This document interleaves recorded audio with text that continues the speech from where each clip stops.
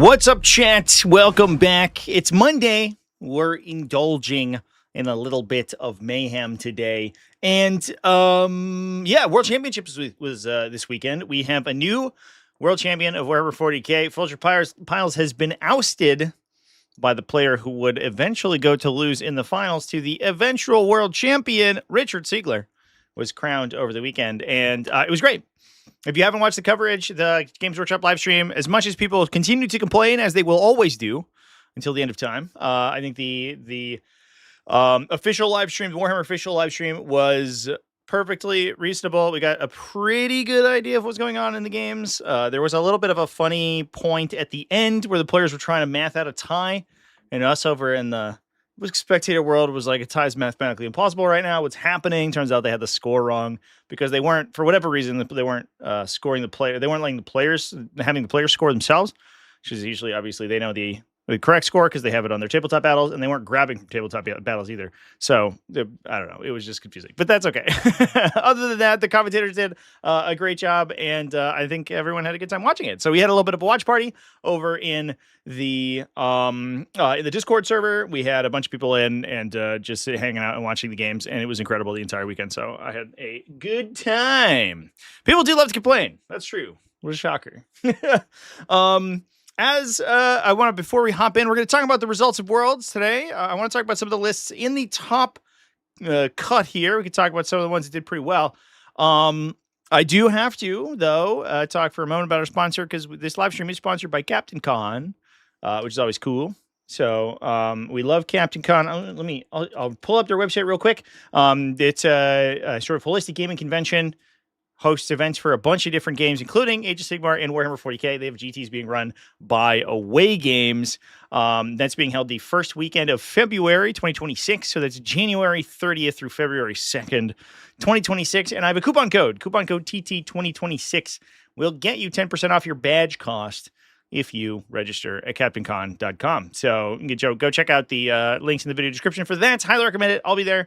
Obviously, Away Games will be there, and we love them.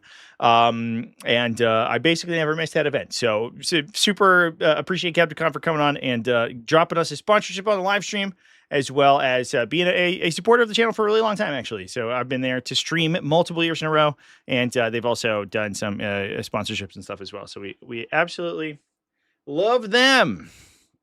So yeah, chat. Could follow the friend stream because you weren't being given misinformation. The friend stream was a little bit awkward. I guess I think that as a native French speaker, I was probably a little bit lost. But every time I would go back, they were either streaming. Turn my phone off. How unprofessional. They were either streaming Age of Sigmar or just not the game. So it's like, all right, well, it's a little bit difficult to keep track of because they would very often like hop over and talk about, I don't know, painting showcases and stuff like that. So I guess it was very much like I don't know, it got LVO kind of vibes a little bit. So I was like, well, but the Leviathan Horus was great. They were on point the entire time. They were very responsive in the chat. And they were very focused on the game. The one thing I didn't do, which I was a little, was a little bit funny to me, so they had a separate dice camera that was like its own separate scene in their streaming software. And so every time they rolled dice, they would cut to the dice camera. So it wasn't on screen. They would cut to it separately. I was like, wow, that's distracting. So now you couldn't see, like, if I was like, oh, I'm going to roll in advance and move this model, you either couldn't see the dice roll or you couldn't see them move the model because they would cut away. And then when they cut to the players, which they spent most of their time on, they actually didn't have an overlay with the score. So a lot of times if you hopped in mid-game, you'd have to wait like 10, 15 minutes before you actually knew what the score of the matchup was. That was the one thing, but that's okay. Obviously, it's like a huge effort going out and streaming all that stuff. And so I greatly appreciate all of the foreign language streams that did that, the non-English streams that did that. Usually it's just once. Yeah, for sure. Lennon had horrific dice luck versus Liam. Lennon had bad dice luck the entire weekend, by the way. If you watch his game against Steve Trimble, who I'm sure we'll talk about, his dice were phenomenally bad. Or I think maybe less so, but Steve's dice were on fire the entire time. It was crazy. John would just go in and rip like At one point, he was like towards the end of the game, he was like trying to scrape back points. So he basically like fully exposed his whole army, maximized every attack he made. All of his tormentors fired, and I think he failed like 2 or 3 hazardous checks in a row. He lost like 3 plasma gunners out of nowhere. He there was a succubus that just like its unit ate a noise marine shot, and the succubus was on 1 and just like ate a rhino and a bunch of tormentor bolt guns and a melta-gun. It was like wild. He had one turn where he did literally nothing, but he still won the game because he's really good and stuff. Throw those lines in the garbage. Yeah. John's card draw was also bad. Yeah, it definitely didn't help for sure. Yeah, he did. I don't want to say some people were blaming the entire finals on luck. I don't think that's necessarily the case. I think that Emperor's Children versus Eldari is a tough matchup. I think it's probably more tough for Emperor's Children than it is for Eldari. Eldari with reactive effects and being able to take pieces without giving anything. Coterie of the Conceited wants to engage in a peace trade so that they can win with the Demon Princes at the end. And Demon Princes do have good stats into Eldar stuff, but there's like weird profile mismatches. Their sweep attack is AP 0 if they're swinging. So a lot of times they're swinging into like 3 or 4 plus saves, and they just like get blanked a lot of times. I think that did literally happen. I think John like biffed the no prisoners by leaving a Storm Guardian squad on 1 with a Demon Prince, like almost fully fueled out. And it's just like, what can you do about that? There's nothing, not really much there. And then going first sucks in that case too, right? Going first in that was on the supply drop round too, right? It's like, okay. Yeah, I don't know. It was yeah, not the greatest matchup of all time. But it is what it is. So, yeah, chat, let's talk about the results of the World Championship. I've got them up over here. What I want to do is hop over. I've talked about Richard Siegler. I have a video this morning. It came out, I released this morning where I break down his whole list and all of his matchups. We talk about what happened to the final game. It was an insane final game. It almost went to tiebreakers, which is crazy. Basically, Liam Bissell had to kill 1 unit with like his basic attacks. If he killed 1 unit at the end there, he scored March. He destroyed an objective. And the game goes to a tie, which is you check primary for the net. You go to a 6 battle round, check primary only. And I think he gets tabled if that happens. I think Richard said in his interview after the fact that he was okay with the game going to tiebreakers because he felt very confident that he was going to out attrition the Eldar army, and that's exactly what happened. If they had gone to 6th round, Richard would have tabled Liam's army, or at least come very close to it. But yeah, I mean, John Lennon went 7-1. That's an incredible showing. Liam Bissell obviously still having an incredible showing. Just made his way, right? We're in World Championships brackets here. He's playing against the best players in the world. All of these players have won GT equivalent events to get there. And he's 100-0ing, like he's 100 points now, like consistently. That's so insane. I saw somebody literally come into the chat and be like, I think Liam's scores are so suspect because how did he go to World Championships and score so many hundreds? It's like, bro, Eldar are really good at scoring and he's really good at 40K. I don't know what to tell you, man. Yeah. Anyway. We also had some really exciting finishes in the top 8. So that's what I want to talk about today. I want to focus on some of the armies that didn't get as much aplomb as we've given the ones that won the eventual event. I've talked about it.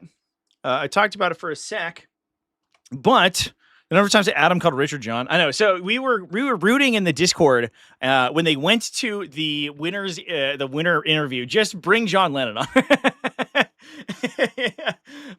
and just have a whole interview with him, and talk about how he felt that the final game went. I think I don't know, would have hung a lantern on that pretty well, but obviously you don't want to do that. It was very funny, and I do kind of understand it, right? I've done it to Art of War players in the past because a lot of times Art of War players, first of all, like John Lennon's incredible. You almost assume John Lennon's going to get to the finals. And I believe as well, Richard Siegler got streamed a bunch of times on Lavaz. He got streamed twice in a row on Lavaz, I believe. Whereas John was on the mainstream the previous 2 rounds. So Adam had been watching Art of War player John Lennon play for the entire time. And then that flips over to Art of War player Richard Siegler I get it. You know, you're like, you've been streaming one person for the last 6 hours or 8 hours because they were 4-hour rounds. Sometimes you just get get a little confused. I was making the joke too. Like I've mixed up Siegler and Harpster, like their last names before, because they're kind of phonetically similar. So like, I don't know. I get it. It is funny though. He's probably never going to live that down. That goes down in the history books as that time he like spaced out in the Art of or War Games live stream. I think it was like LVO last year, and they just have a like a screenshot of him just like spaced out staring directly into the camera. Incredible. He wasn't part of the stream, by the way. He was just like standing next to the table and Joe zoomed directly into it. I think it's an emote on their server, on their Discord server. Anyway, I want to talk about Steve Trimble over here because I said at the beginning, I was like, the Drukhari Codex is fucking trash. This Codex isn't gonna win. It sucks, dude. And every Reaper's Wager player, where did they go? Where are all these Reaper's Wager players at? I can't find them. Let's find one. Oops, that's the wrong button. 57th place is where Reaper's Wager got Drukhari. But Spectacle of Spite, that was the spice, the Spectacle of Spice, that apparently we needed to almost win the World Championships. Because Steve Trimble had an insane run with a extremely non-standard Drukhari list. He went 7-1 at World Championships and almost won it. He lost in round 5 to John Lennon in a fairly close game. He was actually wildly ahead for basically up until round 5, and then he was mostly tabled. Basically, the coterie buffs became active, and then things happened. But when you consider Drukhari is an army, and especially like Witch Drukhari, we have a million characters and stuff, is an army where you are going to put 1 trillion units on the table. And when you do that, you just become fodder for Coterie of the Conceited. So you would expect Lennon to be highly advantaged in that matchup anyway. So he almost won an incredibly bad matchup playing into one of the best players in the world with Drukhari, with a non-standard Drukhari list. So non-standard, in fact, Chance, that I have to look up what it does. Because I actually don't know if I have it. Let me grab my bootleg codex real quick here, and we can read about some Spectacle of Spite. This gives you the old combat doctrine mechanics. So at the start of your command phase, you select combat drugs. You either pick one from a list below or randomly roll 2. You cannot choose a combat drug more than once, but you can randomly roll them more than once. So essentially, you have like the craziest set of combat doctrines available for your army. Let me just I'll just pull up the Waha here so people can see. We can read along. We can all read along. So you can combat doctrine these out, or you can randomly try to get a duplicate if you've already picked one. These are either +1 attack, +2 movement, +1 weapon skill, +1 toughness characteristic, +1 strength characteristic, +1 leadership and ballistic skill to witch cult units. Now, which cult, you might ask? That's a great question. Which cult does, in fact, encompass some of the best units in the faction. So right now, they kind of stand out from the whole codex is Hellions, the jetboard guys. These guys have an empowerment token. You can spend a pain token to empower them, get +1 attack and strength, and they have a lance weapon with sustained hits. So you go to you go to strength 5, 4 base attacks, and most of these buffs will improve you. You get +1 weapon skill. Love it. Let's go. We hit on 2s now. We get +1 attack. We've increased our damage output by 20%. We get +1 strength. Less useful, but sometimes it matters. Movement. They go from being fast to being incredibly fast.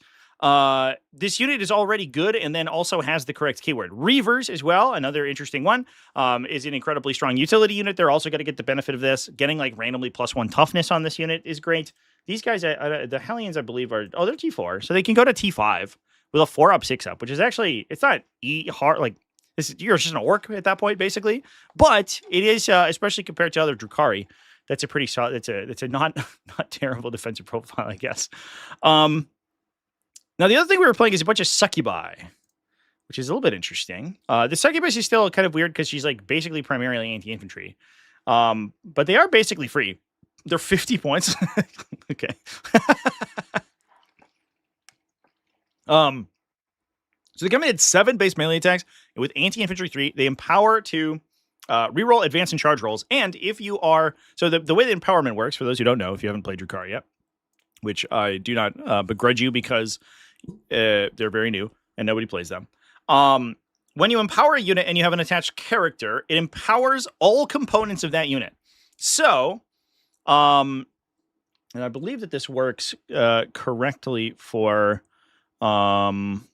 witches. I actually have to double check what the timing on the witches empowerment is, because witches can get empowered to advance and charge. So at the start of your charge phase, you can spend a pain token. So if you do that, you then, I guess, so you'd have to spend 2 tokens, I guess. It's a little bit weird.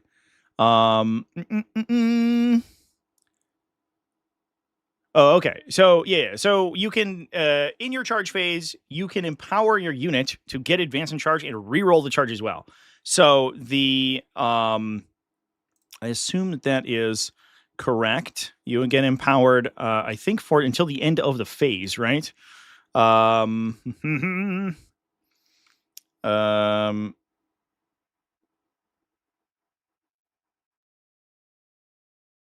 can spend pain tokens to empower a unit until the end of the phase your unit is empowered. Yeah. So if you spend one token in the charge phase, you get the ability to fall back, advance, and charge, and you get the ability to reroll charges, since the empowerment triggers all of the attached character empowered abilities. I guess the one thing you don't do awkwardly is get the ability to reroll advance rolls. You would have to spend a second pain token to do that. That would be like the perfect wombo combo. But we were able to both get a free reroll and the charge here as well. You get sustained hits on these ladies as well, and they're just super duper cheap. Now we're running. One of them has the Chrono Shard, so we have a fights first unit, which is very useful, I guess, if you're delivering them with venoms and things.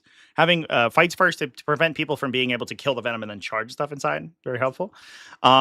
One of them has Morgana's Curse, which is +1 armor penetration and damage characteristics.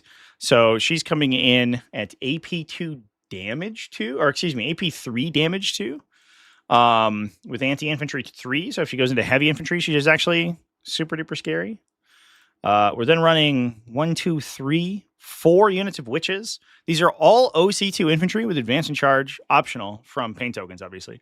So we have the ability to really reliably contest opposing objectives, right? We can kill all their utility stuff like instantaneously because we have a trillion little anti-infantry units running around, and all of them are high OC, super fast. So we're going to be able to grab objectives very consistently. We have 3 venoms, so we combat squad all those units. So we have 6 units. Is that right? Yeah, 6 units of 5.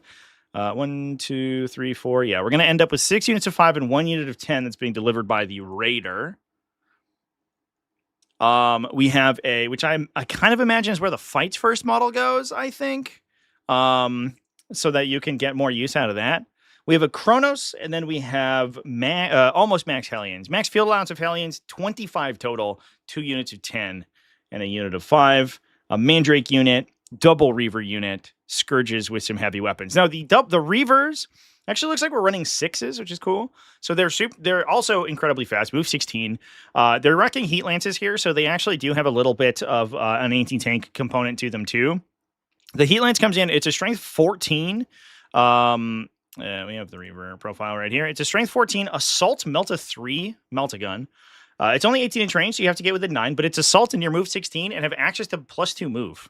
You can also empower them to advance 8 inches. So this unit could go 26 and then shoot. So if you're within 37 inches, you are in danger to receive Melta damage, potentially, right? So these things can run out. They can score maneuver secondaries. They can blast at your tanks, and there's a not unreasonable chance they just cap a tank for like 8 damage. In addition to that, they are also move blocking and screening you. So the board control of this army is incredible. It's not really going to kill much, especially if you have lots of heavy armor, right? It has scourges with dark lances. We can try to get some work done with them. We have 4 heat lances in the Reaver squads, and then the Hellions can help because they have lance. The downside is that they're relatively low base strength and low AP, so they're mostly rolling for 5s, but they have a high enough attack volume they can do some damage that way. But the big thing is that so much of this army is so incredibly fast, and it's going to keep you off of your objectives super consistently. We have any cool stratagems? We can declare a charge against an enemy that's set up on the battlefield this turn, or ended a normal or advance or fall back move this phase. Oh, that's incredible, actually. Holy shit, okay. So within 9 inches, you can charge people in their own movement phase if they moved near you. It's like a reactive charge into the movement phase. That's insane.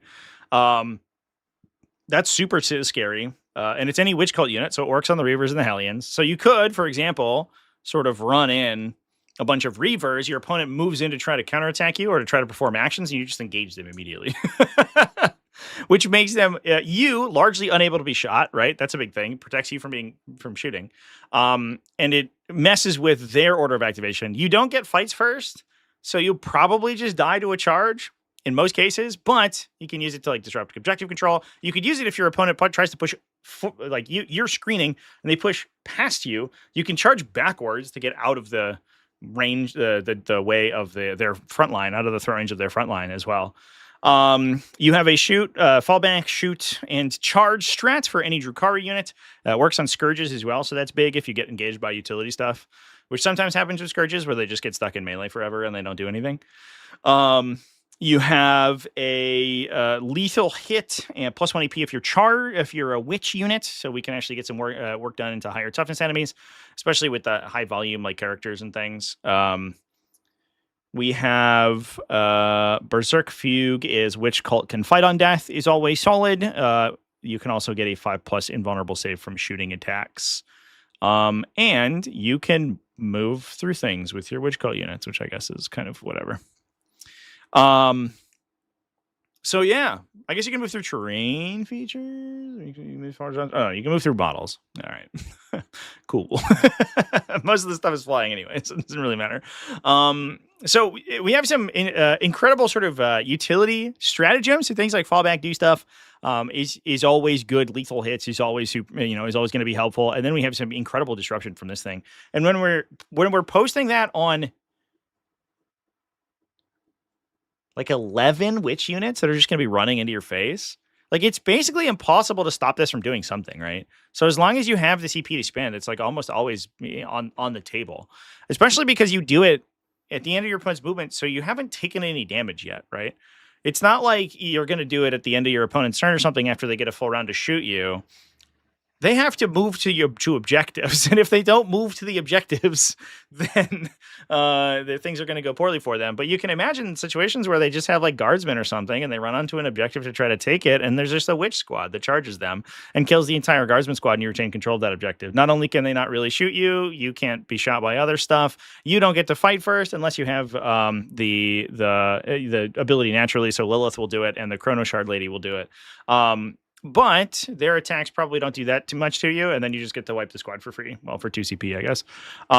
So it's like you're really good at disrupting your opponent's score, and you're really good at fighting other people disrupting your score. So even if your damage output isn't fucking hugely phenomenal, especially at range, your score is always going to be high. Next Drukhari meta army build. Yeah, I agree. It's so interesting because I literally, this is so funny. I had Steve's army on my note sheet for interesting armies to watch that we talked about last week when we did our review live stream. And I didn't even talk about it because I was like, we'll talk about Reaper's Wager. That will probably be the higher performing Drukhari army. Oh my God, am I eating crow on that? That was so wrong. I was so wrong. Steve was the only person to see the Matrix and go, no, Reaper's Wager's dumb and stupid. Reroll once, who needs that? I'm just going to give my whole army +1 to hit, and then I'm just going to charge everyone all the time. And if you're already good at playing the Drukhari sort of game plan, you're going to be great at this sort of style of army. I'm endlessly impressed by this. So it's also it kind of looks fun to play. I'm gonna level chat. Which code also has those models and variety, especially since they cut a lot of the homunculus coven stuff, right? Like Cabal is like a lot of stuff is like, I guess theoretically rolled into Cabal, you know, because it's like uses hired blades, and theoretically like Ravagers in the Bass were like Cabalite keyworded, and like they're supposed to be rolled into that whole branch of the military. But the homunculus coven stuff has all been fucking legended, dude. So it's like, if you're gonna play a faction, play the Witch faction, because it actually has a model range. Not to mention the fact that I think Witch units, it's kind of the Eldar problem, where little units of fast things that are good at taking objectives and are cheap are just always good in 40k. And Witches tend to be the strongest subfaction in Drukhari for that reason. Outside of the times where like you're playing, you know, you have Dark Technomancers or you know, the damage reduction builds for Homunculus Coven that in some cases are good. Witches are almost always played simply because they fall into that archetype. So it makes total sense that this, you know, even if the detachment maybe doesn't have the same breadth of utility as Reaper's Wager, the fact that it's giving you concentrated buffs on the best units in the Codex makes a lot of sense.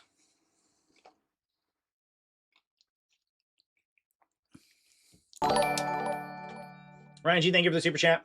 Ryan G donated $5 through super chat. Crow, I remember a certain tortoise said to me about Drukhari at WCW. I have disclosed my own mistakes at the beginning of this discussion here, Chan, because I said Drukhari was trash, and it turns out Drukhari did trash except for Spectacle of Spite.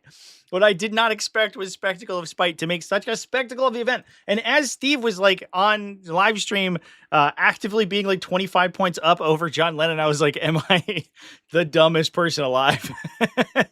Is Drukhari about to win world championships after I said that they were so bad? But I guess, I don't know. I guess not.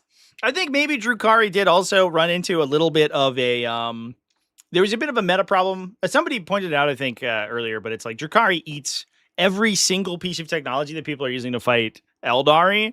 You know, we talk about like Richard Siegler's list, which just has like 200 strength 3 gunshots a turn with assault and like AP bonuses. And he just runs at you. And then everyone's swinging like 4 taser goat attacks with sustained hit 2, strength 6, AP 1. It kills every Eldar in the universe. And it hits Drukhari as well. So I do wonder if to some extent the more standard Drukhari builds are running into a little bit of counter Eldar technology where if you're built to kill Eldar, you built to kill Drukhari as well. Maybe that happened. I don't know. That could be a reason that we don't see them do quite as well. I also do think that the Codex isn't that great, but apparently this detachment rules. So there you go. Tyranids might actually be good. I don't know about that chance. Where did Tyranids get to? Were they good? 21st is Sam Pope. Sam Pope went undefeated. Is it true? Is that real? Wait a minute. What? How did that happen? Somebody called this out in my Discord. Oh, I think maybe he lost Shadow Round, I bet. I think he lost Shadow Round. Did he lose to Siegler? They didn't have any Shadow Round info on the website, which made me a little bit sad. LVO did, but these guys had it all secretive. And so I actually don't know who these Shadow Round pairings are. 1, 2, 3, 4, 5, 6, 7, 8. Yeah, it's just not listed. He did lose to Siegler? Okay, yeah. I remember Richard did mention that he had played Sam, and I couldn't find any record of the game, and so I just sort of like glossed over it. But that sucks that they also didn't stream it. Like none of the channels streamed it because they did Shadow Round at the same time they were doing previews, which is like, you know, are we gonna live stream the Shadow Round, or are we gonna put 30,000 people in chat for the previews? And then make them wait for 25 minutes while we fix our audio. It's just definitely an interesting situation. But man, some of the Shadowrun games sound spicy as fuck. So I'm sad we missed them. That is sad. Well, let's talk about Sam Pope. Sam explicitly asked me not to stream him at Battle for Salvation, and I figured It was because I don't think he wanted too much record of this list on, to be on, on live stream that's like readily available. There also could be other reasons for that, but I think that's the smart tactical play if you are going to a major specifically to prep for World Championships. But I mean, given the fact that the guy only lost to the world champion, I think probably 21st place is not necessarily representative of Sam Pope's overall position in this tournament. This list is crazy, by the way. So this is basically the Sam Pope special. He's been essentially playing similar versions of this list for the last year and a half, if not more, if not longer. It's Invasion Fleet. It's got a Tervagon with adapted biology, so it's a 5+ feel no pain, improves to a 4+ feel no pain once you take damage. I think at the next battle round, or at the end of the turn. The Tervagon's got 1,000,000 wounds, right? It's a 16 wound. I believe it's a 2+ save base profile, lady. I'm gonna fact check myself, chat. Let's look at a Tervagon data sheet real quick. I'm sure I have it on my hard drive, but we're gonna do it on Wikipedia because I'm feeling lucky. Boom. Yeah, it's a base 2+ save, 16 wounds at T11, so it's already super tough to kill. And you're also making it a 4+ feel no pain. So it's like a knight at that point in terms of defensive profile. It doesn't hit very hard or do that much, but it is incredibly difficult to remove. The Tervagon sits behind a ruin in the middle of the table. And based on a lot of the layouts that they played in World Championships, right? They played layout 3 and they played layout 1. So 50% of the layouts had a very good big ruin in the middle.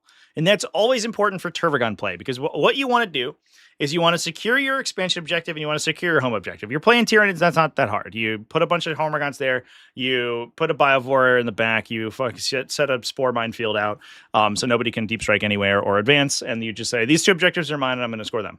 And then all you want to do is hold the center of the battlefield. That's difficult to do unless you have a ruin that's right near the center. If you have a ruin near the center, anytime you lose Termagants off the middle, you just immediately respawn them back onto the middle and you take it. So if your opponent is not engaging you in melee, they basically can't take the center. All you need is 1 Termagant to survive adjacent to the center of the objective. You pay 1 CP for auto pass. You pay 1 CP for endless swarm. You bring back a bunch of them. You bring back more with the Tervagon. And almost regardless of how many models your opponent has on that objective, you take it back and you score yourself a 15 points. And you go home happy and well fed. And to that end, Sam was playing 1,000,000 Termagants. Now, the other thing that this army does, and a lot of people discount it, is it actually kills you.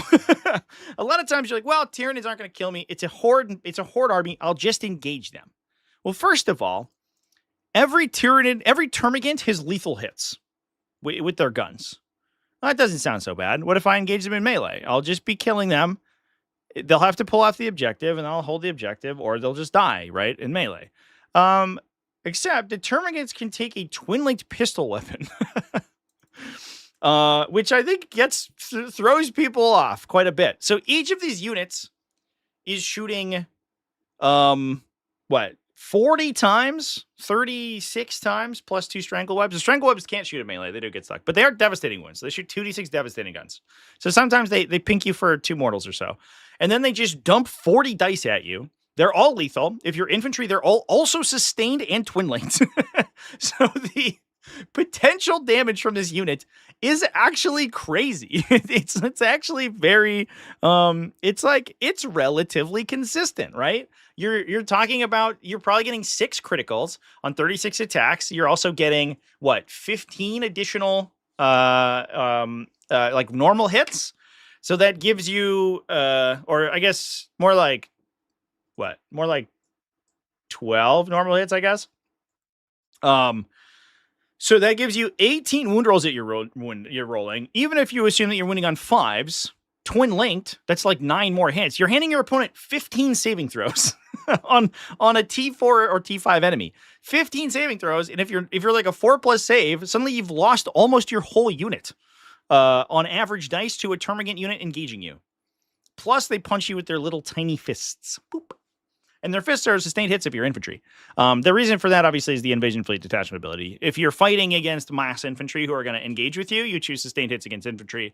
You don't need the lethal hits against monsters and vehicles so much. You might pick it if you want your guns to do stuff, but the termagants will. They don't necessarily need it. And then the rest of the army is stuff to prevent your termagants from dying. So we have a Biovore in the back that's going to hold down the back line. He's incredibly strong. Triple Exocrine to actually deal damage to people. We have a Winged Hive Tyrant to fuel them with command points. Unfortunately, the one thing we're missing here, and obviously he costs like 50 more points, so it's a little bit tough, but we don't have a Foot Hive Tyrant. So he's not granting assault to the Exocrines. The Exocrines are just moving and shooting. But a lot of times what you're trying to do is set up a position where your opponent, to stop you from consistently gaining victory points, you have to prevent your opponent. You have to engage with the Tyranid army, right? Because otherwise it's just going to do this thing where it puts a termagant on every objective and you're like, this sucks. So you have to move up and you have to attack it, which means the Exocrines don't necessarily need to advance because they're not actively looking for lines of sight. They're just going to post up near a line of sight and wait for you to walk into it because you have to. We then have a bunch of Gene Stealers that just have a bunch of attacks. They scout so they can take the midboard and they can clear out your like faster units that could actually kill the termagant squads. Once you give them critical 5-ups and they're lethaling against vehicles, if you choose that, or you can pay a CP to get it, then the Gene Stealers will actually punch kind of hard. They have enough attacks that you're like 5-up criticals with 40 swings. They have reroll once to hit, so you're basically full converting, and you're probably getting like 7 criticals times 2, like 14 criticals, which are lethal then sustain. And then even if you're just winning on 6s, you're handing your opponent another 5 or 6 wounds like that. So you're probably handing your opponent like 20 saves at AP2. It's obviously like with 3 command points being expended and you're targeting something. Well, I guess they just reroll once they hit all the time, right? Is that that's their deal? It's reroll once they hit, and then reroll once to wound if you're on an objective, I believe is how their ability works. So you don't necessarily need any special stuff. But reroll once they hit with a 5-up critical, it does enough damage that you're probably handing your opponent enough saves they can kill you. Double Neural Lictors, so every once in a while you get battle shocked, and then all of the little tiny termagant shots wound you on 5s. So suddenly a trillion little termagants do even more damage. And then the Venom Thropes, so that the Venom Thropes can grant perma cover and stealth to all the termagant squads. So actually killing the termagants at range is tough because you can free strat rapid regeneration onto them so that they have 5+ feel no pain. They are -1 to be hit, and they're basically a 4+ save at that point because everyone's in cover. So the chances that you one-tap a unit in a single activation before they're able to pull out a line of sight is almost 0, unless you're an incredibly high-value attack. We're talking about like Space Marines dumping a bunch of buffs onto a unit that shoots 1,000,000 times with ignore cover. And then you're probably activating the equivalent of a 300 or a 400-point activation into 120 points of termagants, and then being shot by 3 Exocrines, which is not a winning solution in most cases. So I think this army is incredibly well crafted, especially for the metagame we were looking at. It's another thing too, where like, we want to talk about Eldar. Well, what are Eldar going to do? They're going to put 1,000,000 little infantry squads in front of us. We're going to choose sustained hits against infantry. We're just going to kill them all with spine fists. And if they want to activate into a termagant squad, what's a fire dragon going to do? It's not going to kill them. What's a dark reaper going to do? Not kill them. A striking scorpion unit might, if we accidentally forget to use rapid regeneration to keep the unit alive. And so, like, nothing one-taps these termagants in the entire matchup. So they just constantly hold the objectives, screen out all your drops. I guess, like, Swooping Hawks would do it if they have the 10 Swooping Hawk unit, and then they eat an Exocrine shot the next turn, and then you lose 5 Swooping Hawks to it. It's incredibly well situated for essentially to fight its own defensive profile. Termagants will just beat your horde. You want to fight your horde with my horde? I'm going to kill your horde because mine is twin-linked pistols, bro. They got the they got the Kimbo Mag 10s shooting into melee. So I think it's a cool list, chat. Obviously incredibly well constructed. Sam's incredibly good at playing it because he's playing similar archetypes for fucking ages. Yeah, he's the best Tyranid player in the world. If you disagree, you're an idiot. I don't know. I think that's clearly the case.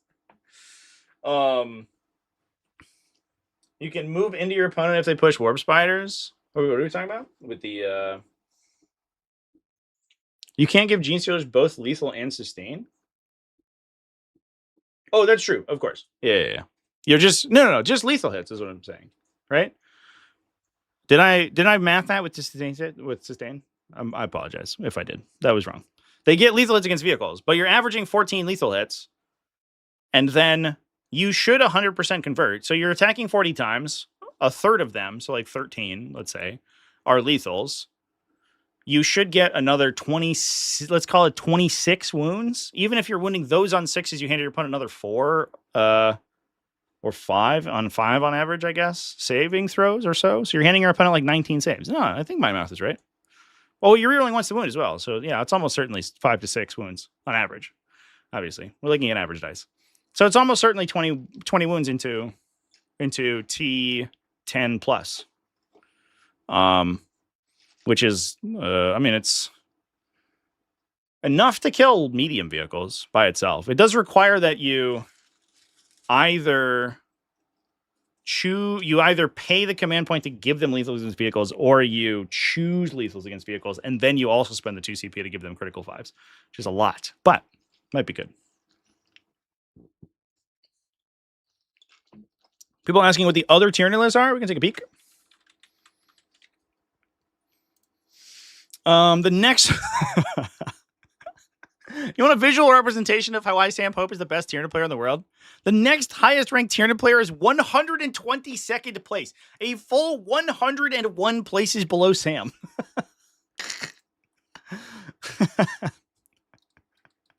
He's very good at playing Tyranids in Warhammer 40,000, chat. I don't understand Genestealer's intent. Yeah, I think it makes more sense in a list where the whole list is built around making your opponent come to you. The problem with Genestealers is they're kind of bad at like going and getting your opponent, because you're just gonna fail 9-inch chargers all the time, and it's like kind of awkward. But if the whole deal is that I'm gonna put Termagants on the objectives and I need Genestealers to kill whatever comes to kill the Termagants, it makes total sense. You just play like super passive essentially. Outside of like chaining Termagants to try to get objectives and things, you can do that. But I don't think, unless your opponent really walks into it, I don't think your opponent's really going to give you things for the Genestealers to engage with turn 1. It does force them to play KG though, because they have to respect the scout plus move turn 1 threat. So they can't put all their infiltrators like right up in the open if they don't have scout moves themselves. Way harder to play than a 10 Ravager brick. I mean, I guess so. Genestealers certainly don't rapid ingress. Let me tell you about one of the ways to make your games of Warhammer 40,000 easier, chat. It's you pay 1 command point to put your stuff down at the end of your opponent's movement phase. It's much easier to play Warhammer 40,000 when you get to deep strike and then move. That's pretty good. Can confirm. If I had a short list of ways to win more games of 40K, that would be on it. Kirk Powell over here running Crusher Stampede with only Old One Eye. Did we talk about this on our live stream? I think we did. I believe that we did last week. He's playing Old One Eye, a Biovore, triple Exocrine, triple Haruspex, double Lictor, triple Maliceptor, Pyrovore, Screamer Killer, Tyrannofex. The Screamer Killer is so interesting because it's not... I guess it messes with your opponent's interrupts. Because a lot of times what you do is you take the Screamer Killer alongside Mass Neurolictor, right? So that you can ping Battle Shock into people and then run the Neurolictors in to benefit. But we didn't even take a single Neurolictor here, so we're not doing that.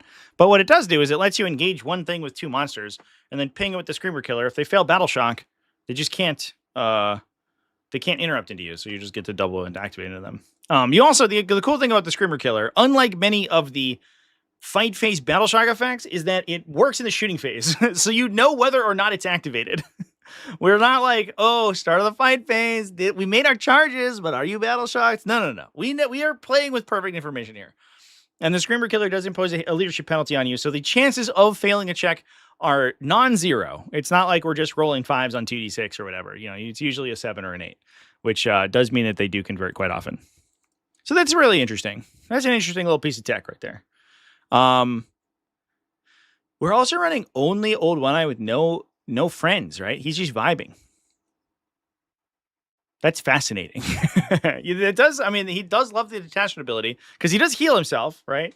So he can eat damage and get the bonuses and then slowly heal. The downside is that he doesn't have that many wounds to begin with, right? He's like 8. He's 9 wounds with a 5 up feel no pain, so he's really the equivalent of like maybe 13 wounds. He's like basically I don't know.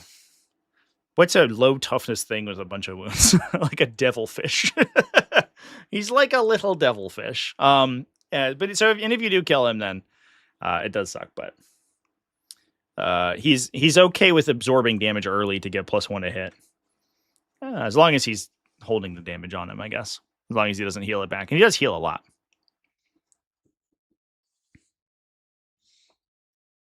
It's an army without rerolls. It is without rerolls, although it is with many hit bonuses.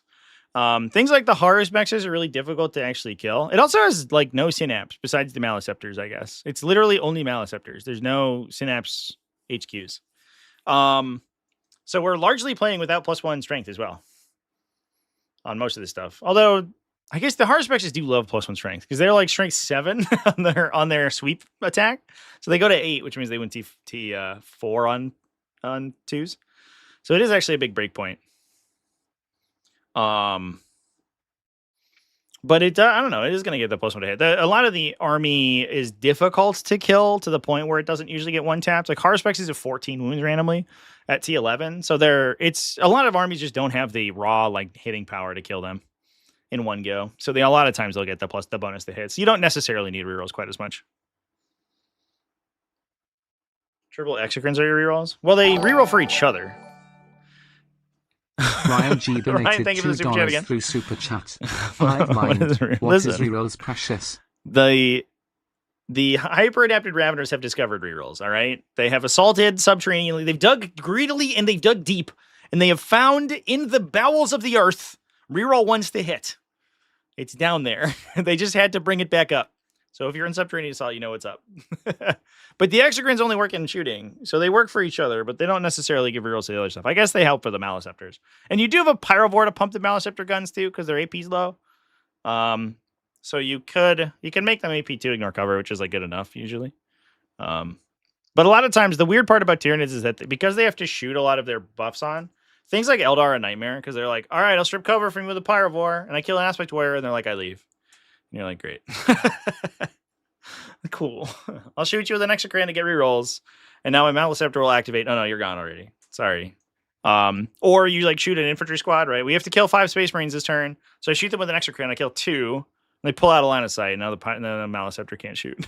It's early Codex design problems because like I think GW loved to like shoot a unit and apply a buff to them, but the problem is that if you try to do that to any multi-model unit, it just doesn't work, right? So if your anti-infantry guns require that stuff, it's extremely difficult to get value out of it. Whereas like the Space Marine ones work typically because a lot of times they're teeing up buffs on a single entity, right? They're shooting a knight or they're shooting a land raider or something. Tyranids do that less often because they need the buffs to actually kill like just random fucking bullshit. Yeah. Unfortunately my guns won't profitably activate into 5 scouts, so I'm gonna have to strip cover from them first.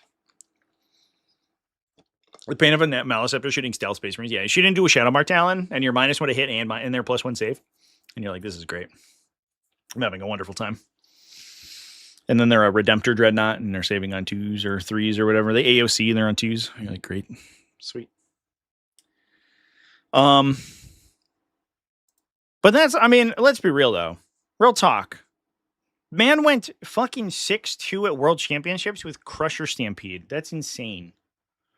So I don't want to take anything away from Kirk Powell over here. I think he's demonstrably an incredible player. Let's hop over.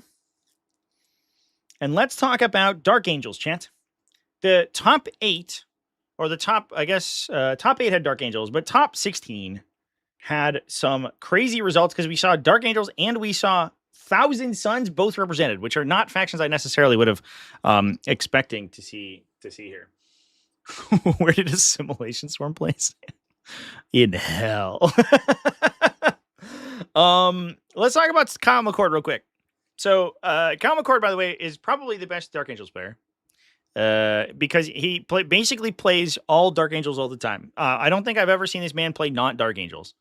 He just fucking loves Dark Angels, bro. And almost every time I stream team events, I almost always have Kyle on at least one point. Man loves playing on stream, and he loves his Dark Angels, and he plays them really well, which is cool. So, he absolute sweetheart. Absolutely love to see him top 8 worlds. That's fucking awesome. He's playing Wrath of the Rock with Azrael and the Lion because he's a Chad.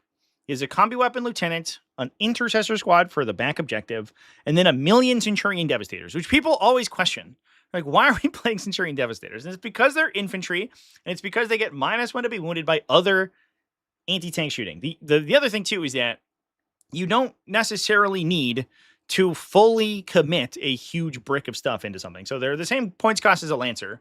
They're very similar utility, right? It's like 3 las cannon shots with full rerolls instead of 2 destroyer shots with floating rerolls. So it's basically similar because they get reroll once they hit, or they get reroll once they hit all the time. Reroll hits if they're targeting something on an objective, and then also they're twin linked, so they get reroll ones. And then you also get missile launchers as well. You can advance and shoot them, so that sort of circumvents their downside of being slow as balls for a command point with tactical mastery.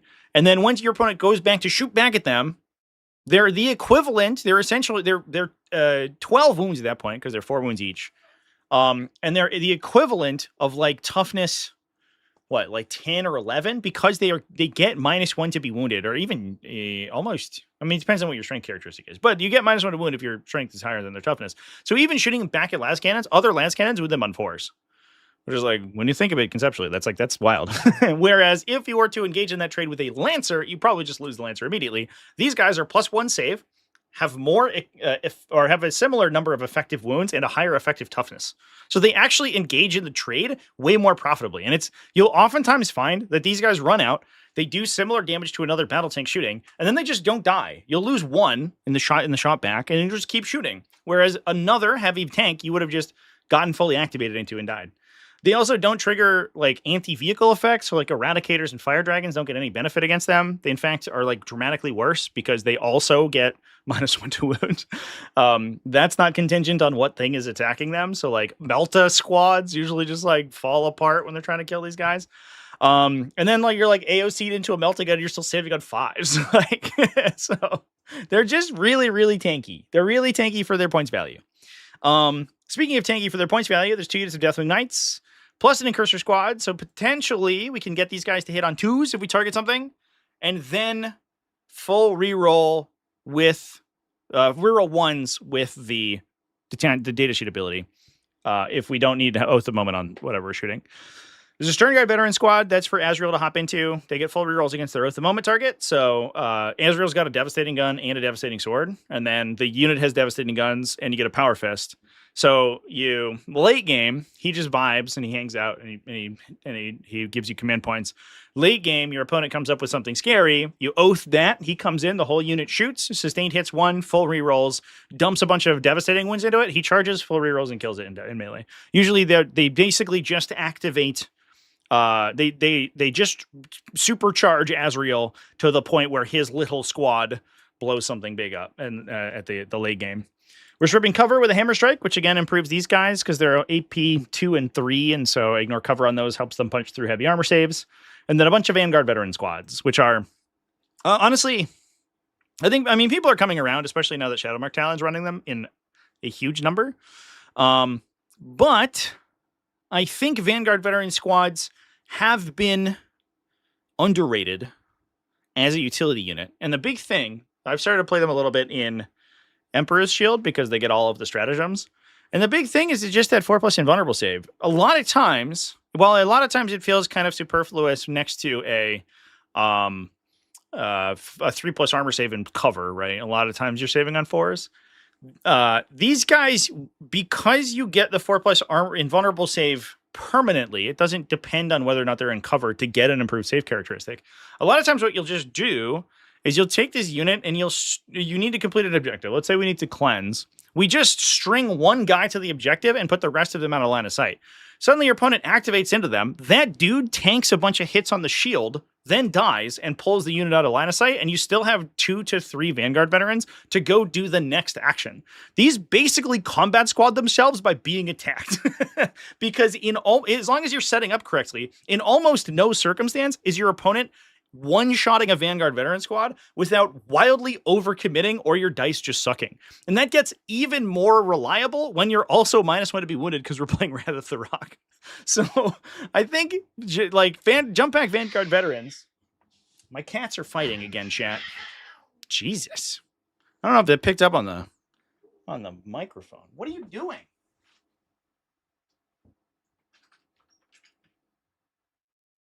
Don't go in. Come on.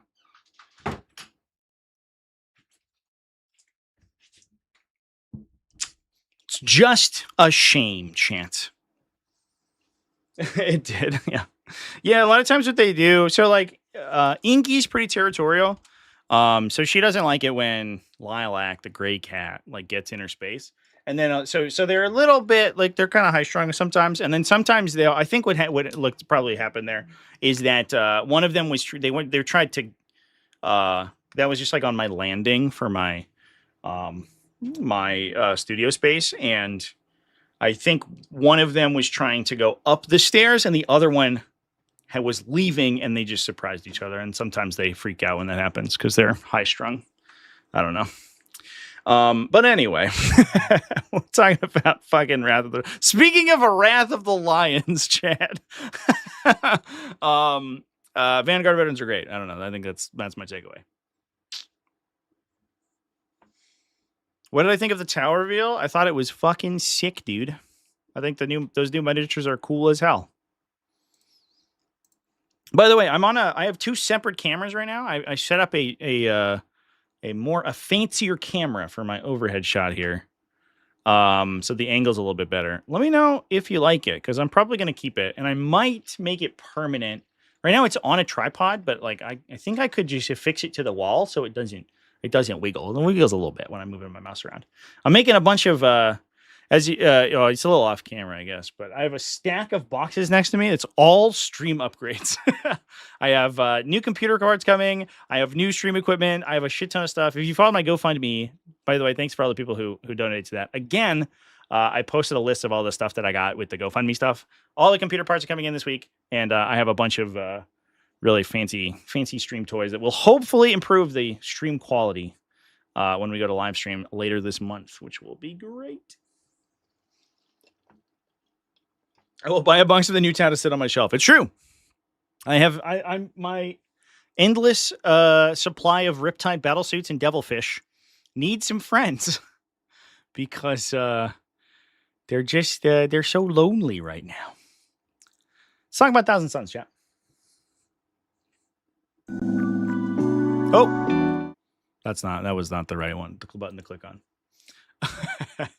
Alexander Jessen is playing. Is he from Germany? He is from Denmark. Hell yeah. Get some Dane representation going on. Wrap it up, man. We're done. That was it. That was the last thing we talked about. We talked about a little bit of Dark Angels, and it's over now. Alexander Jessen rocking Grand Coven. He's playing the Eldritch Vortex Demon Prince. So here's a funny thing about this guy. I've talked to Thousand Suns players who said, I do not understand how you can do well with the Eldritch Vortex guy instead of the Infernal Master, right? Because the Infernal Master seems like he's such a no-brainer. He gives you rerolls. He gets rerolls. He gives you a huge punch on your devastating turn. He's basically Magnus 2.0. You target something on an objective, he just vaporizes it. And then he threatens an Overwatch. So your opponent has to continuously play against him. But I think the benefit here is that the Winged Demon Prince gives you more reach. So instead of just being better in a full-on straight-up attrition fight, this guy can 6-inch deep strike, so he can force your opponent to more heavily screen their backline, or he drops in and he clears their home objective, right? He just hits in, he gives himself his sustains, his extra sustain bonus, plus he's extra damage and extra strength, and then he just blasts that guy off. And then you have this annoying fucking 2+ save idiot sitting in the back of your deployment zone, and you're like, this sucks. The other thing he can do is that he's also good in melee. he's +1 strength, +1 damage in melee, so he's swinging, strength 9, 4 damage That's a pretty good weapon. He might actually kill somebody with that. You might kill someone in melee with a 1,000 Suns unit. That's wild. And I think that's the thing. So I think he has more sort of utility and sustain value, right, than you would get out of the Infernal Master, who will hop in, kill something, force your opponent to play around him, and then he dies immediately. He gets engaged by a no Overwatch Eldar unit, and then he gets killed by Jane Czar. It's usually, I think, how that goes. Eldar might also be a big part of that. We have double sorcerers plus a sorcerer and Terminator armor. I have a little bit of interesting math in my recent video I released last week about lethals and sustains about the sorcerer, because I was like, if you are in a position where you are, if you have hit reroll, so if you, for whatever reason, pay the full reroll strat on a regular sorcerer rather than Magnus. Magnus is dead, maybe. And you can reroll your hit rolls. You actually should fish with this guy, because the math is that as long as your ballistic skill characteristic and your sustained hits value are equal or better, equal or your ballistic skill is superior, then you should fish for sustained hits. And so actually rerolling for that guy to get a bunch of sustains is actually the right call. A little bit of math. Anyway, there's also a sorcerer, a Terminator sorcerer. What a guy. We got double Rubric Marines. So, okay. There's only 2 regular sorcerers. I was like, 2 Rubric Marine squads? Is that enough? It is. Are there rhinos? No, we're just vibing. No rhinos. Who needs them? We can combat doctrine for +1 to wound if we need it. We don't need a rhino. We have Scarabocult Terminators. So we're able to kind of like toilet bowl the fight. A lot of times, I think Scarabocult Terminators in Grand Coven, they do a thing where they make the... What's the word? They make the total, like, breadth of your army such that when you expose Magnus, if you also doom drop those guys, your opponent is unable to deal with both.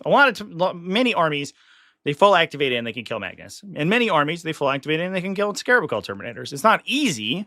They're going to survive quite a bit, but because the Scarabocults are -1 to be wounded all the time, because they have sorcerers in them. However, when you give them both, most often your opponent gets overwhelmed. And I think a lot of the armies that are playing both of these units, both the Scarabocult Terminators and Magnus, they just want to full activate. So like you have Umberlific Crystal on these guys, so they can basically just up down early in the game. If your opponent overextends, you jump the Scarabocults into them, and then you also shoot Magnus into them, and then you say, deal with all this shit, please.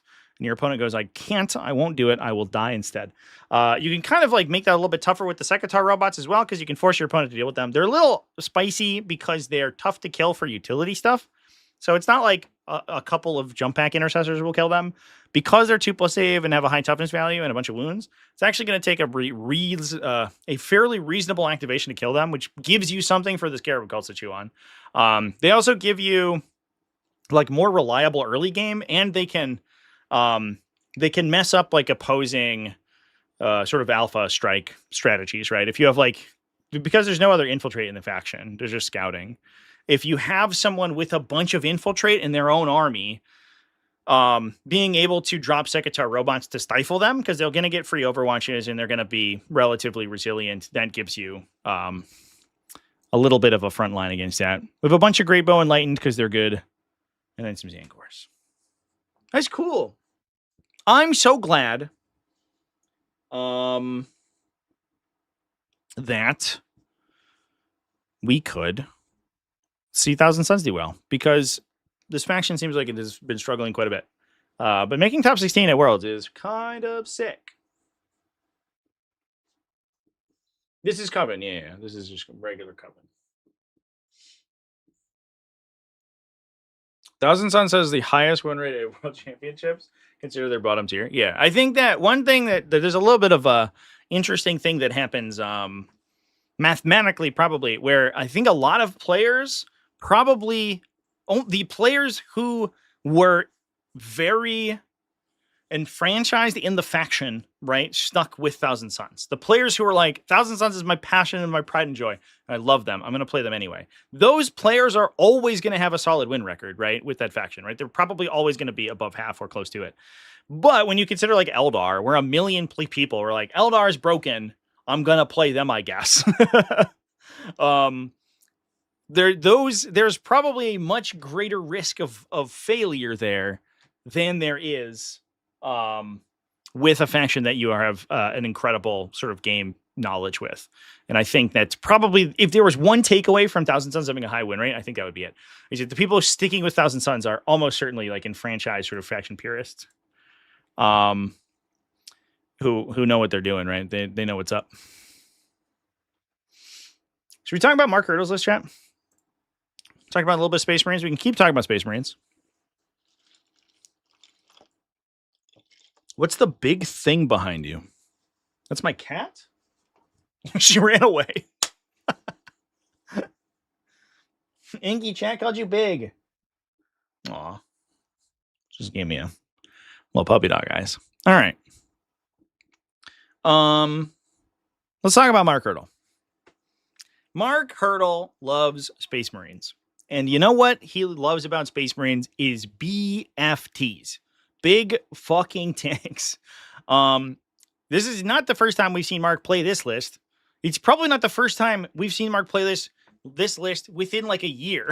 I think this man builds a list and then he plays that list into the fucking ground, which means he's not only extremely good at it, his matchup knowledge is superior to yours, but oftentimes it's way off meta. Sometimes it's Death Watch, and sometimes it's Space Marines with a bunch of Land Raiders. He also is ludicrously aggressive when he plays. He just wants to activate his whole army into your army and then kill it. And that's all. If this man just wants to alpha strike people. All he wants to do is alpha strike all the time. So we're playing Chief Librarian Tigurius plus Marnia's Calgar plus Robotic Gilliman. So even though we don't get all the stacked bonuses anymore, Marnia's Calgar is still such a house that we're going to play him anyway. Probably not going anywhere once we see the 500 rolls drop too. Oh, there she is. Oh, nope. She meow. You want to come up? Yeah. There you go. My poor chair. You're so cute. Man's running double Intercessor Squad with a Chad. We love that. Intercessor Squads are highly underrated, chat. Especially because, so interestingly, when you're playing Land Raiders, like we are here, a lot of times what you'll have is, Ingy, smile at camera. Yeah. You know what a cutie pie you are. She's so photogenic, chat. Look at this cat. I do.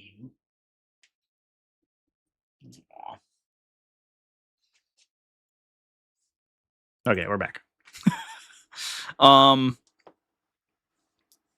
What kind of cats? That's a great question. I think she's like some sort of long hair. They're both feral rescues, so they were born in the wild. So they're almost certainly like some combination of mutts. She's definitely a long hair breed though, because she's big. She's big poof. Her sister Lilac, they're from the same colony. I think the idea. I think the understanding is they're from the same litter, but we have no way to prove it, I guess, without genetically testing them, which we haven't done. But her sister's a little bit shorter haired, but still relatively long. But yeah, she's a cutie pie. There is only war. Yeah, they tolerate each other. But they were like, they used to live together. They lived together for a really long time, and then they were separated. My mom used to have both of them, but Inky's kind of a bully, and so my mom got a dog, and Inky would beat the shit out of the dog. So she was like, Inky has to go. So I got Inky. And then eventually the dog started beating the shit out of Lilac, the other cat. And so eventually I got the other cat. So they spent a couple years separated, and I think they forgot each other. Inky's not particularly smart, so that doesn't. And then so she like sort of laid claim to all of the furniture and everything. And then there's this other cat here, and she's like, "What's up?" I don't know. It's a whole thing. Sister from another mister? It could be. I don't know. Probably pretty promiscuous in those feral colonies. Anyway, let's talk about. Let's talk about this list. So it's double Intercessor Squads. The other interesting thing about Intercessor Squads is that when you're playing Land Raiders, and I actually started playing them in Emperor's Shield, and I found this in that detachment as well. You oftentimes just have extra space. Land Raiders have huge transport capacities, and a lot of times you're not using the whole thing. And having an intercessor squad that you could just basically deploy on the line in a transport, and they just hop out and run and go do stuff, is actually super sick. Their threat range is really long because they can, even without Devastator Doctrine, you can disembark 3 and move 6 and then advance and then shoot. And they shoot 20 shots at AP1. And they have OBSEC. So what this army is trying to do a lot of times is it's basically going to just try to push so hard that it overwhelms you. He's running Grav Centurions, Grav Cannon, Devastator Centurions. So they naturally have... Are you knocking things off my desk, asshole? Come on, really? So they naturally have hit rerolls, plus they're Grav Cannon, so they're anti-vehicle, so you don't need bonuses from Oath of Moment. So these guys operate totally independently. And bonus, they go into a Land Raider. So we can actually transport them. And so oftentimes what will happen is that you actually look for weird angles you can shoot with these guys because your Land Raider can hop out, jive to the side, you disembark the Centurions off to the side, they get an angle on something, you storm a fire, strip cover, plus 1 AP and Devastator Doctrine, and then they just blast the vehicle off the table by themselves without any help. They're like, 3s rerolling hits into 2s with AP2 ignore cover. Usually enough to kill like a medium vehicle. So you start off the game by blowing something up with a Devastator Centurion squad. Company Heroes for Calgar, classic. 2 Redeemers and a Crusader. Plus the Stern Guard Veteran Squad. So the Stern Guard Veteran Squad hangs out with Chief Librarian Tigurius, because Tigurius fires 2d6 2 damage weapons. And as we talked about with Azrael, with his Storm of the Emperor's Wrath, he gains wound rerolls when you're targeting Oath of Moment. So you can oath something, your Centurions can kill something, Tigurius' unit plus intercessors and plus whatever random bullshit can kill something else. You've immediately ripped 2 pieces off the table, and then you pass the turn to your opponent and you just give them your whole army, 3 of a third of which is just Land Raider chassis. And you say, what are you going to do? And most players say, I'm going to kill not quite enough and then be tabled. And that's usually the game plan. I guess we're taking this Land Raider Crusader for additional transport capacity. It has a 16 capacity, which is, I think, enough so that we can put Company Heroes plus Calgar is 8 models. So we could put them in with, I don't know if we can put them in with something. That's 8 transport capacity. I don't know what else would fit in there. That it wouldn't fit in a Redeemer, but I guess it's just cheaper. Oh, is it? It's Tigurius, I guess. And then the Devastator Centurions can fit in one thing. You can put like random shit in the other one, in the other Redeemer. And then just say go. Call it good. Run your whole army into your opponent. Call it a day. What a time to be alive, chat.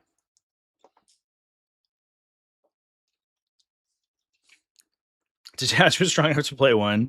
Land Raider, we're playing 3, yeah. Land Raiders do hit a critical mass, where they work kind of like knights. And to be honest, I haven't played them since the December Space Marine update. I bet we are in a universe where we could make mass Land Raider work. Maybe not with Eldar being as strong as they are, but Land Raiders are really hard to kill. Like, reliably, right? They just have a scam potential where like even big fucking huge anti-tank weapons are like, I'll save on 5s, I guess, because I'm just a super high armor save and I have AOC and a bunch of shit. So if you play them with like Ultramarines, so you can get free defensive strats from Gilliman, or you play them with you play them with the Salamanders, so the Redeemers hit harder, with Vulcan Heston. I think either of those are good, and you can probably play like 5 Land Raiders and then some utility, and your army, I bet, is good. I bet it's good. I think there's probably a universe where Godhammer pattern Land Raiders like kill God once you've fully comboed them, and I bet it's not too bad. Salamander Redeemers are fun, yeah, for sure. Especially when you're running like multiple of them. I think Redeemers are good all by themselves, but you do run into a situation where you're like activating Redeemers into random bullshit because your opponent's like, well, I'm going to give you 5 scouts to attack, but I'm never going to give you the big brick that you actually want to activate them into where they do their actual damage. But once you have like 2 to 3 Redeemers, your opponent doesn't have an option. Like your choices are A, do not fight me at all and let me score, or B, I shoot you with a flamethrower. And playing one Redeemer is fine, but playing a bunch of Redeemers is definitely something. Also, the Crusader, I think, especially in a situation where we're looking at like a lot of Eldar, is probably not to be underestimated. They're super cheap. They have a crazy transport capacity. They've got that move 12, which is nice. You can advance and shoot them in Devastator Doctrine, and you can give them +1 AP and ignore cover. So the Hurricane Bolters, right? It's 2 rapid 6 twin-linked guns. So they shoot 24 shots that can go to wounding everything on 5s, AP1, ignore cover. Full hit and wound rerolls. So when you're fully womboed, even into a T8 plus enemy, you are probably averaging, you're going to hit like 22, and you're going to wound on 5s rerolling like 11 AP1 ignore cover, plus a multi-melta, plus an autocannon or a assault cannon. So it's not good damage, but it's definitely something. And if they're just activating into like 5 Eldar, they'll just kill them, right? It's like, oh, there's a Howling Banshee squad here. They're dead. I'll just fucking pay for Storm of Fire, say goodbye. And I think that's definitely something to keep in mind. Don't underestimate the Crusader. I think a lot of people see Crusader and they're like, this list is a meme. But the Crusader is actually useful if everyone's taking a bunch of little units. You know, we're all playing against that stupid Drukhari list that has nothing but a million witches and hellions. Suddenly a Land Raider Crusader is like straight value. This guy's just going to come in. He's going to kill a unit at a turn. You have to activate into him. He's more efficient point per wound than the Redeemers. And so you lead with him. They have to fully commit into him to kill him. And then the Redeemers cook their whole army. I actually, when I was playing Mass Land Raider, I actually loved the Crusader because the Crusader was the trade piece. He kills a utility unit, and then he looks at your opponent dead in the eyes, and he says, you have to kill me right now. If you don't, I'm going to take your home objective, or, whatever. I'm going to deliver shit into your backline. Your opponent kills them, but then they have to, extend into the other Land Raiders. Wizard Victrix Honor Guard functions like ECOGs. Dude, in Battlefield 6, you can be transported by tanks by like tank riding them, and your little dude like grabs onto the back of the tank and hangs off. That's what Victrix Honor Guard should do. Just the noble honor guard of the Ultramarine High Command, and they just have to like sling their shield and like put their sword away, and then just awkwardly and like very conspicuously hang off the back of a Land Raider. 100%, that's how it should work. I agree, Chant. All right, folks. There is a player who did not report his faction. Oh, it's Halo Street Battleclad. That's weird. That's allowed? You're allowed to do that? Anything else we should take a peek at here? Does anybody want to say talk about any particular list or factions before we start to wrap things up? They have to go inside Calgar's pauldrons. He carries them on his back. New Terminator Calgar certainly could. He's a big boy. When we look at Ravens, Empress. I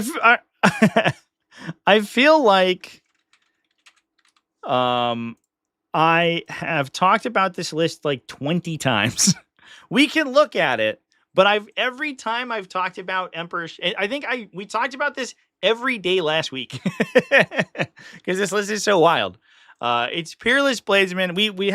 I spent a whole discussion on it and the team event discussion last week, as well as the world discussion. So I don't want to spend too much time on it, but it is crazy.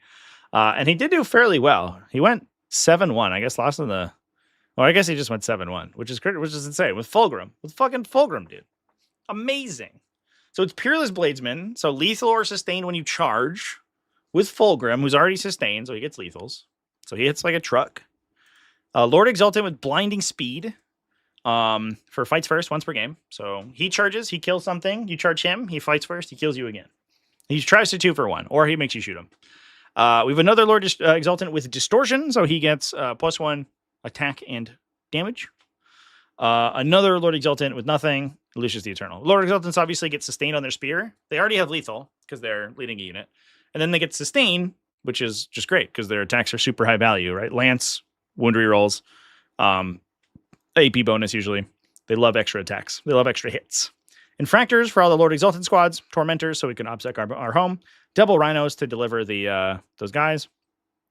Chaos Spawn. 1 Mauler Fiend. Double Noise Marine. 6 Flawless Blades. To sort of late game us out. Obviously, we get good sustained hits on those guys, which is great because they love doing a killing. Oh boy, here I go killing again. That's what they say, and then they give themselves sustained and then they beat people up. I'm curious to see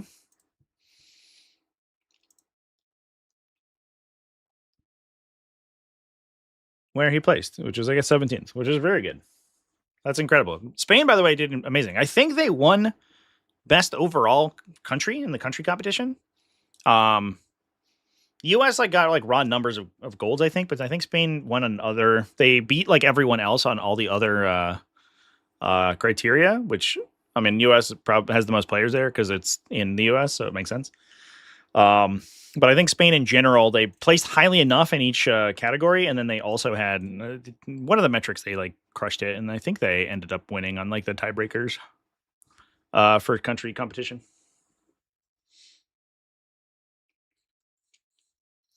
Once you top Space Wolves, 43rd place, Matthew McCurdy. Didn't even play all his games. Oh no, he did. Just kidding. It just looked like that was one game, but that's 2 games. He did play all his games. He went 6-2, which is good. Stormlines Task Force with a Phobos Librarian. You kind of love to see it. In Infiltrators, double Infiltrators. This is a man who's about to leave his deployment zone, so he's like, I don't want anybody to be able to come and take my shit. So here's a billion Infiltrator squads. I think that given how prevalent, I mean, maybe less so now. I think people are moving more towards onboard threats with we're seeing Emperor's Children don't use repositional effects that much. Most of these lists are lists that are either very aggressive or they have the threat range to just push your home. They're not necessarily as reserve pilled as normal, but Infiltrators definitely I think are always a useful unit, and especially with the Phobos Librarian, he just wins so many matchups. Because he's just I'm uninteractable. You just can't deal with me unless you rapid ingress and move and charge me, which I'll just react and move away. So who cares? Then you just can't interact with this guy, and he just gets to screen forever. It sucks. He is expensive though. 170 for that guy is a lot. We have Arjek Rockfist, Bjorn the Fell-Handed, Combi Lieutenant plus Logan, all the classics, Inceptor Squad with plasmas, a little utility unit, and we can sometimes give them sustained if we want to. Infiltrator Squad ×2, Scout Squad, Thunder Wolf Cavalry Squad, 2 6s and a 3. Goes 6-3-6. It's confusing. Wolfguard Terminators ×15. Holy shit. I think a lot of times what you do is you take the 5-man with Logan just so he's he has a bodyguard unit, right? So you want to basically commit the army altogether, and you want Logan to be in the middle of it. Sometimes if he's just by himself, he'll just get picked off and die and killed because he's not that hard to kill. He's kind of tanky, but not super tanky. But if he's got 5 dudes with them, he's going to survive for a really long time and tax you really hard. And then the 10 Terminators is just a buffer zone for Arjak Rockfist. Arjak just gets to sit in melee with something important for a million years. The Wolfguard Terminators do not go anywhere quickly. They just survive forever and ever. While Thunder of Cavalry are knocking your opponent off their objectives. And you've screened your whole backline with Infiltrators. Seems good. I like it. Infiltrators permit a lot of angles for Centurions. I guess that tracks. You definitely don't want to Shadow Mark Talon to get a full activation off on you. Especially because Marines don't have a huge unit count, right? For Eldar or Admech or Sisters or something, it's a little easier to screen the angles because you have a bunch of little units everywhere. Probably not as easy for Space Marines, so I guess it makes sense. I like it. Did Black Templars place highly at all? They did. They were 17th, I think.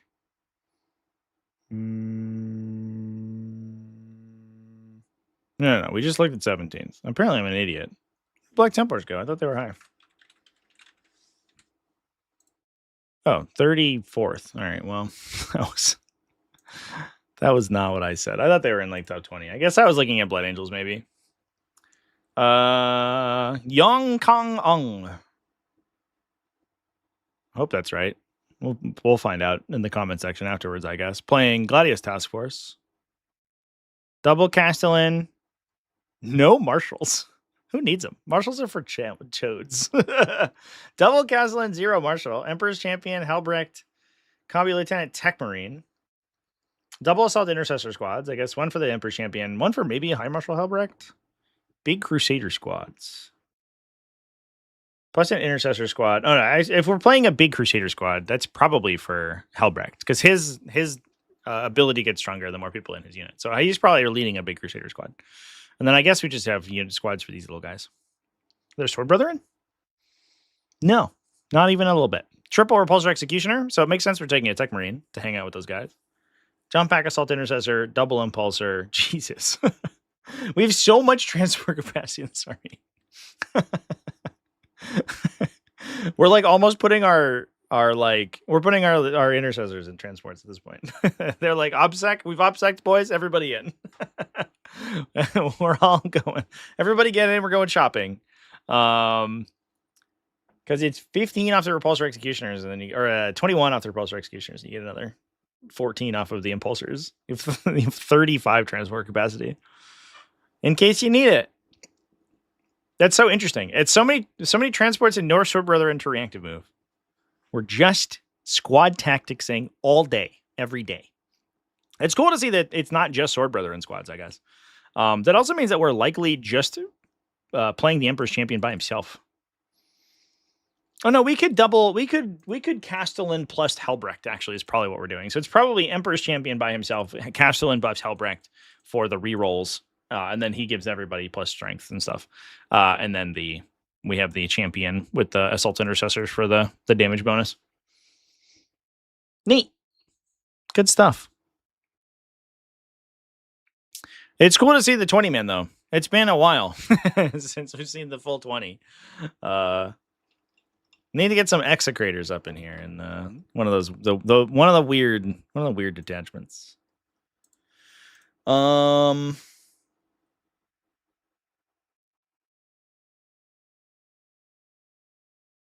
You take a peek at the Blood Angels list. Alejandro Mancuso Serrano from Spain did well with Blood Angels. It's an interesting one with Angelic Inheritors. He has some Centurions in his list, which is cool. It's basically like, it's essentially just rerolls the list effectively because everything's just rocking rerolls. Also, his captains, I guess, he has a hand flamer relic weapon captain. It's an interesting loadout. We've got Apothecary. Jump Pack Captain with a Flamer. Jump Pack Captain with a Shield. Jump Pack Captain with a Fist. They're all different. Okay. Commander Dante. Lieutenant with the Respawn enhancement, so he can come back when he dies. Sanguinor. Intercessor Squad. 3 little Devastator Centurions. So again, just like we talked about with all the other lists with Devastator Centurions, they get rerolls baked in, so you don't need Oath of the Moment. We have a Desolation Squad. Holy shit. Because we have an Apothecary. We can join them. So the Desolation Squad gets baked in reroll 1s because we're playing Angelic Inheritors, right? So you can choose your buff to do stuff. And it's almost always reroll 1s to hit and wound and fall back in to do stuff. And you can give them reroll 1s because they get a character in them.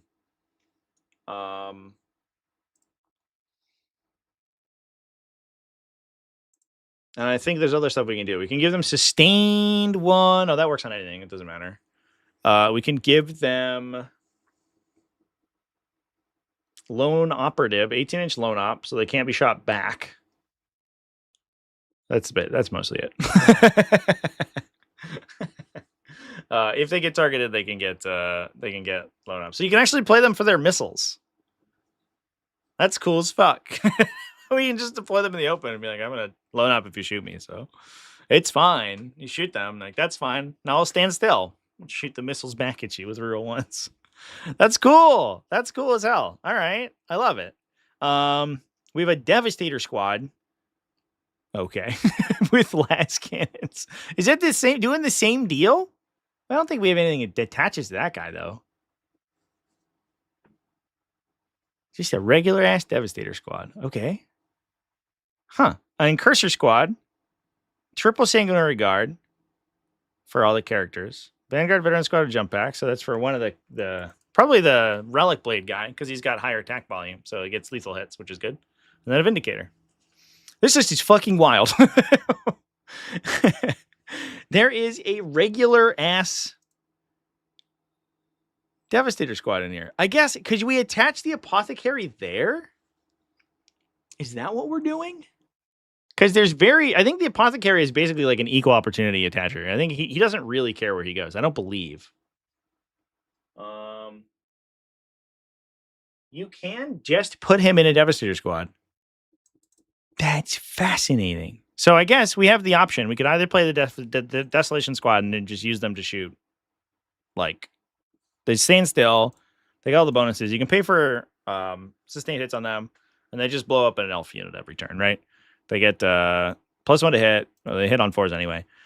And then they get ignore cover when they stand still, and then there's your shooting. And the Devastator squad can poke out and shoot, right? They get reroll 1's baseline from the attachment, and then if you shoot them back, they loan up, and then they stand still and they do it again. Either unit, I guess, can do that. That's so sick. I love that. And if you're only being shot by a couple things, right, it's not going to fully activate into you. You can peel your sergeant, who doesn't have a heavy weapon, and then you just respawn him with the Apothecary and bring him back again.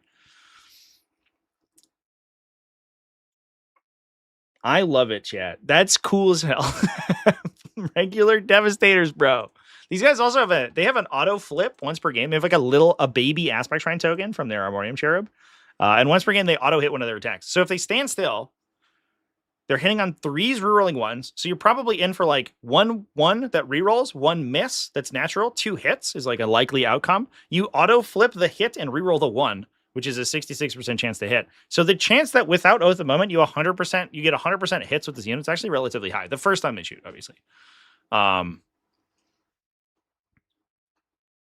That's fun.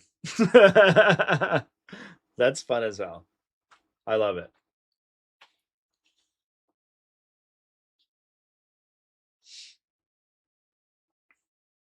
Are there any videos of Sam posting at WCW? I don't. That's a great question. I don't believe so. But I'm not sure.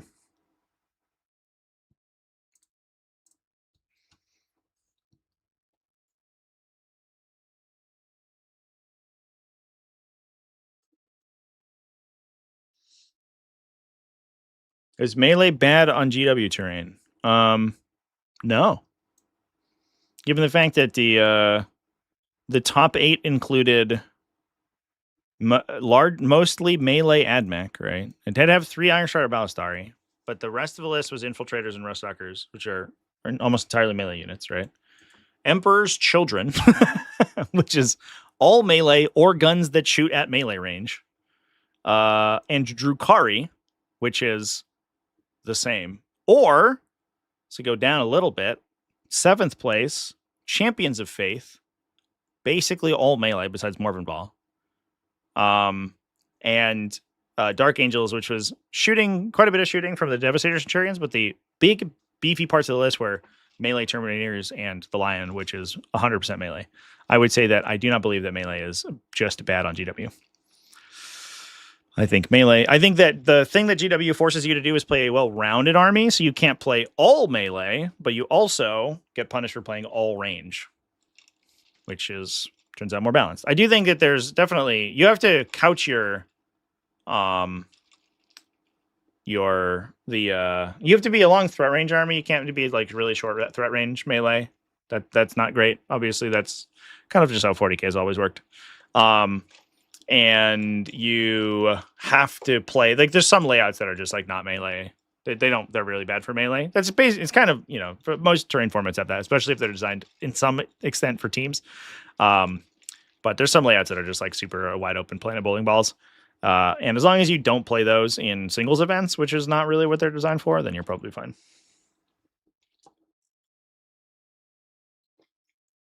Yeah, if melee was bad, then Tau, there would have been Tau.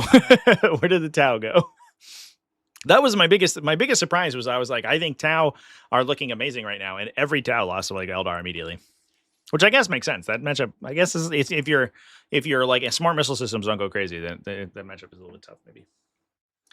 Does the first turn play with open ruins, or is the first floor closed? So they treated Windows as line of sight blocking, if that's what you're asking. Every GT runs layout 1. Yeah. Yeah, layout 1. I think layout 1's the most well balanced for sure. And then there's also layout 8 is incredibly melee focused, right? So there's like layout 4 is pretty open. Layout 2 can also be fairly open, like based on the deployment. And then layout like 7 and 8 tend to be melee favored. Or at least 8 is. 7's a little weird. 7's just like kind of a lot of do nothing. But 8's like, you just have staging areas coming out your nose. And then 1 tends to be pretty well rounded. So if you play like 1s into 8s, oh boy, are you having a great time if you're playing fucking melee faction. You're like, this is the best day ever. I love this. I just can't shoot any of my guys. Amazing. But obviously, a lot of tournaments, like, they try to play a little bit more balanced, though. Want to see top orcs? See top orcs. It is 91st place from Czech Republic, Jan Ullman. Running Dread Mob. Holy shit, it's the Dread Mob guy. What? All right. So we talked about this list last week, actually. That's nuts. Top orcs was fucking Dread Mob. Let's go, dude. That's so funny. Basically the same deal as like Spectacle of Spite, right? There's like a meta list that everyone's like, all right, this is the mathematically best way to play this faction. We've decided. We've determined it. I've determined it mathematically. And then some idiot's like, I don't know, man. I'm pretty sure I like this detachment more, though. And then they kill everyone. It's like Spectacle of Spite, and we're doing it with orcs, I guess. Triple shock attack on Big Max. One guy has ignore cover. Triple Gretchen. Double trucks. Double def copters. 2 units of flash kits. 18 kilocans. That's insane. Triple tank busters to join the boys.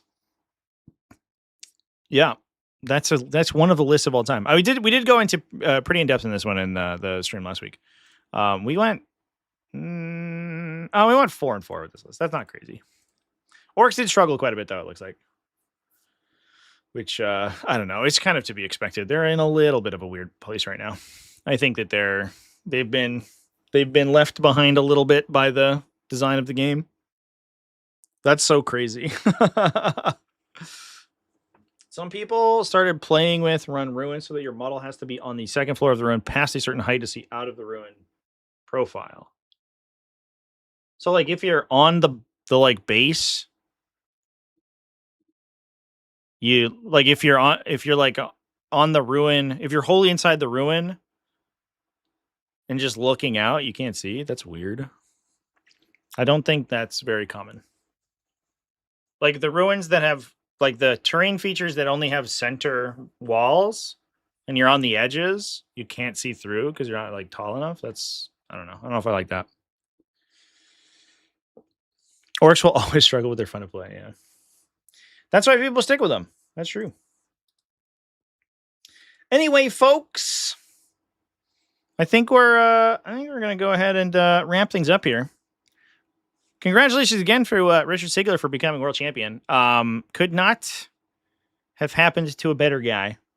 I think it goes to show you, I'm almost certainly going to make a video about this, I think, at some point. But like the most concrete way to succeed in 40K is to stick with factions, right? You know, Richard Sigler, he plays other stuff sometimes, but the man fucking loves AdMech. And as soon as AdMech become competitively viable, the training weights come off and he kills the world. You know, if you're not a person who can play like every meta army forever, and honestly, the people who play every meta army forever, a lot of times what they do is that they might generate some good fundamentals, but a lot of times they get carried a little bit by army power, and they lose a lot of matchup knowledge, and they end up making a bunch of really dumb mistakes.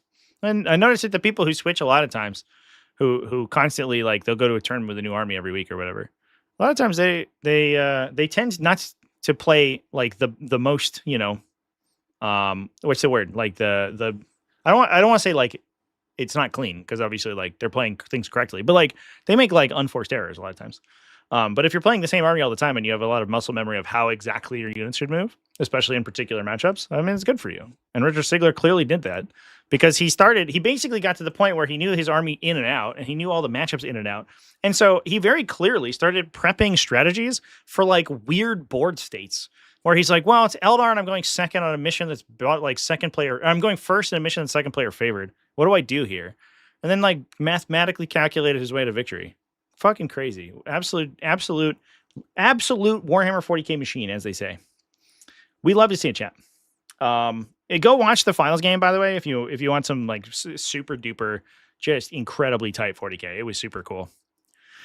But anyway, folks, I'm gonna go ahead and pop off. Thanks everyone for hanging out with me. We're going to be live tomorrow. I'm going to talk about more GT stuff. There's going to be best armies in Warhammer 40K. I'm going to make tonight. That'll be up tomorrow. Obviously, usually I do that Monday morning, but we did World Championship coverage instead. So there'll be a regular best armies in Warhammer 40K coming out tomorrow, and then we'll do more GT, like normal GT coverage. Then I'll be back, obviously, on Wednesday with Warhamster Wednesday. We'll talk about some drama. In addition, if you want to go to a big GT, go to Capticon. Links in the video description. You can use coupon code TT2026 for 10% off your badge. Big thanks to them for sponsoring the live stream. We love it. I don't know. They're one of my favorite conventions of all time. So of course I was like, they were like, hey, do you want to talk about us on stream? And I was like, yeah, of course. I love you guys. So I don't know. I'll be there. It'll be great. Anyway, folks, who won the Warforged matchup? We did. We fucking won, chat, which was crazy. Squidmar is 10 times my size. The Squidmar community is 10 times bigger than we are, and we fucking beat them in the battle for Warpforge, which was nuts. So thanks to everybody who pledged their Warpforge skulls to the Dark Turtle God, the Dark Tortoise God, because yeah, that was sick. I've been playing Warpforge like every other day or so over on Twitch. So if you want to watch some Warpforge gameplay, I actually got pretty high. I think I made gold the other day on stream, which was cool. Once I stopped playing shitty ass Turvagon, it was much easier to win games. Turns out the Tyranid starter character, just like in Warhammer 40,000, the tabletop miniature game, is really bad. So you got to keep the through line of the Tyranid starter stuff being unplayably trash. All right, folks. Christopher Adams, you see me there at CaptainCon? Hell yeah, dude. I'll see you there. Cheers, everyone. Keep it classy, folks. Have happy wargaming. I will see you in the next one. And yeah, goodbye.